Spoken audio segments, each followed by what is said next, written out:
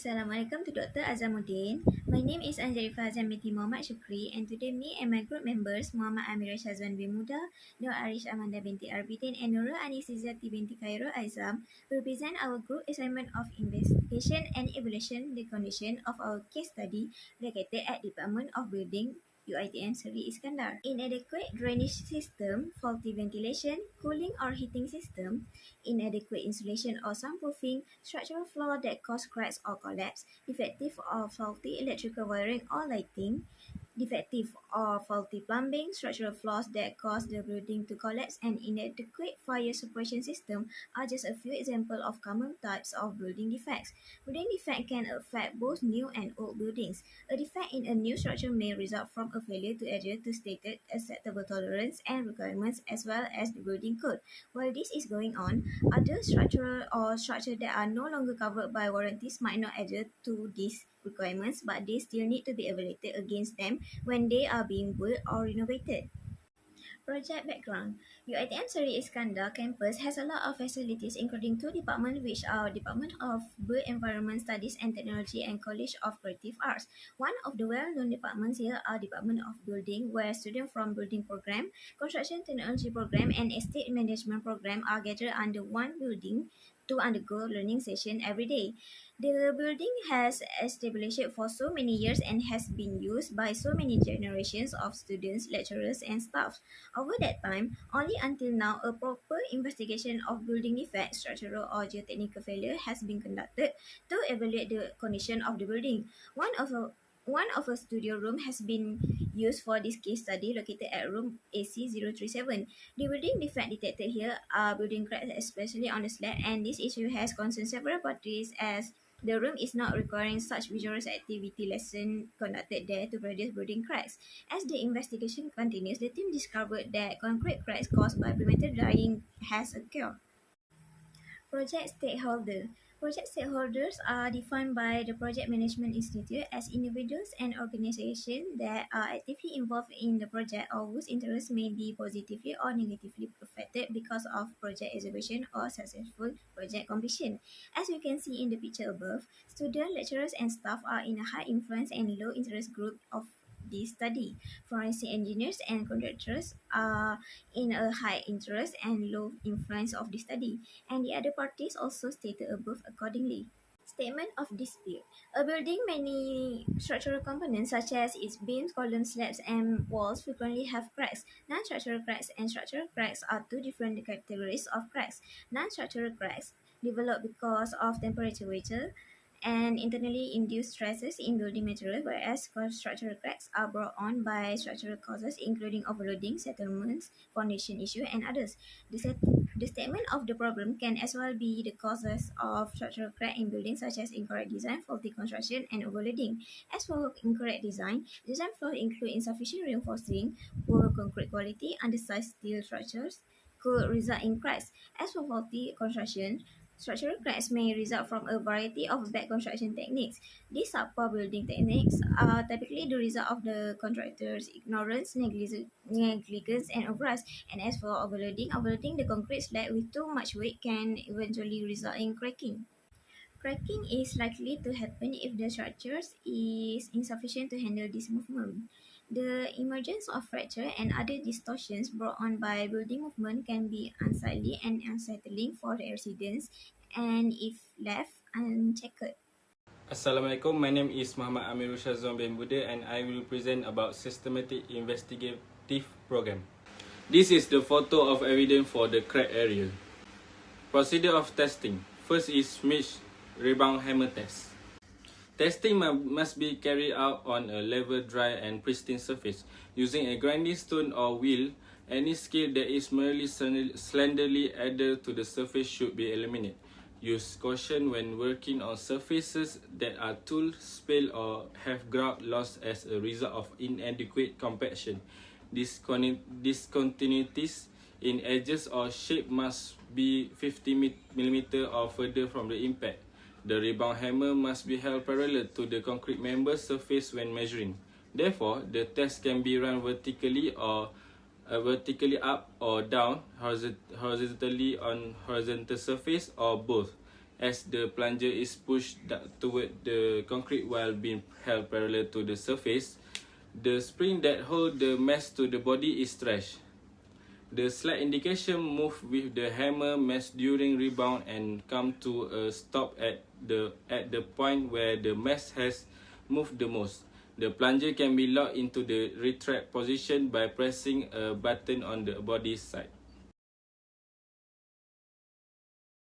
The concrete performance was chosen based on the table shown and the rebound number was determined using a scale on the body of the rebound hammer. Procedure of ultrasonic pulse velocity (UPV). Step 1. Firstly, before turning on the UPV meter, the transducer which emit and receive ultrasonic pulses need to be properly connected. Next, the reference for UPV testing need to be set, beginning by using the provided instrument zero check reference bar, which display a known pulse time. To achieve an accurate pulse velocity measurement in UPV testing, the appropriate location on the material and truly measure the road length L must be selected between the transducer. During transit time measurement in UPV testing, the separation between the two transducer leads must be maintained. The interpretation of result can be accomplished by referring to the specification presented. These specifications have been specifically designed to assess the quality of concrete in structures by utilizing ultrasonic pulse velocity measurement. This is the quality of concrete in structures in terms of the ultrasonic pulse velocity. Result of Smith rebound hammer testing. This is the result for location 1. This is the result for location 2. This is the result for location 3. This is the result for UPV test. Hi and Assalamualaikum. My name is Nurul and Izzati Binti Khairul Aizam, and now I will present about the description of the finding to evaluate. Firstly is design aspect. Design aspect of concrete structure ensures the compliance with the standard and specification, focusing on the strength, capacity and durability. It involves reviewing calculation, analyzing structure behavior and checking the reinforcement details. Evaluating forces and loads, weaknesses can be identified and improved made. This enhances construction performance and ensure the public safety. Next is construction aspect. Construction aspect ensures the compliance with the standard and specification. It assesses components during the construction, checking the quality of the concrete material and procedure. It evaluates strength, consistency and workability of the mix as well as the formwork, reinforcement and also the compaction. Compliance with curing and protection specifications is assessed. Defect identified through the inspection and safety adherence is evaluated. So, construction aspect is important to ensure the quality, durability and the structural integrity of the concrete structure. Lastly, environmental aspect. During the evaluation of the concrete structure, the environment aspect focuses on the condition during the construction like temperature and also the weather. It assesses the exposure to the moisture, chemicals, soil and pollutant over the structure's lifespan. The evaluation checks if the design and the construction address these challenges. Sustainability measures such as using recycled material and energy efficient design are evaluated to reduce the environmental impact. Waste reduction strategies are considered. The main goal is to ensure the long-term effectiveness, resistant to environmental risks and also increase the structural sustainability. So that's all from me. I will pass to the next presenter. Thank you. Thank you, Anis. Next, I will be presenting about the synthesis of the failure. Synthesis of failure of a building can be defined as one of the process of identifying and comprehending the numerous parts and circumstances that lead to a structural breakdown of a building. After modifying a number of testing methods, our team successfully identified that there was no issue related to the case study area. However, there are some potential sources of significant factor error associated to the selected concrete defect, which are: the first one is design defect. When a building has a design defect, failure can actually occur.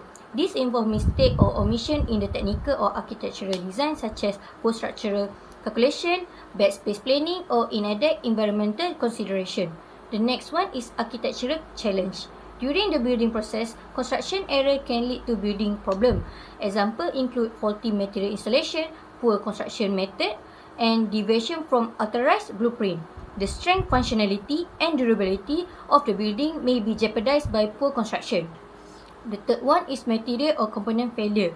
Defect or failure of building material of component may result in failure. A few examples of how material or component failure can affect a building functionality, performance or safety include crack, leaks, corrosion or malfunctioning system.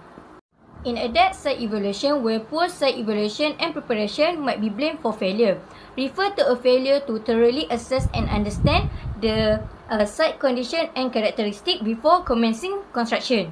A poor site evaluation could jeopardize the building stability and durability. The last one is building code and regulatory compliance. Building safety, functionality and longevity are all significant dependent on building codes and other regulation. They provide forth the minimal criteria and must comply with the planning, building and upkeep the structure. Next, I would like to present the conclusion. In conclusion, addressing a convincing argument for failure necessitates a careful examination of the available data, the truth and underlying factor. It's critical to approach the discussion with an open-minded and consider all conceivable contributing elements to the failure. When our team are presenting the case, it is critical to put transparency, accuracy and integrity first. This involves acknowledging the analysis, uncertainties, constraints and potential bias, but also remaining open to any new information or opposing opinion that might emerge during the review process. Regardless on how assessments are conducted by our team, we are able to address valid justification of failure demands for a thorough, unbiased methodology that consider all available information, including expert opinion. As our team has successfully wrapped up the investigation into the area after completing a thorough analysis of the selected study area, our team has developed a set of recommendations for both technological and improved remediation for the upcoming future lesson learned. Process of improved design and planning, where the team personally think by implementing thorough design and planning procedure that take structural integrity, environmental circumstances and safety standard into account. Improve quality control, QC and inspection, and enhances preventive maintenance, frequent inspection and prompt repair as part of comprehensive maintenance program to improve maintenance and asset management. And that brings us to the end of the presentation from me and my team. I, as the representative of my team, would like to thank you for your time and attention today.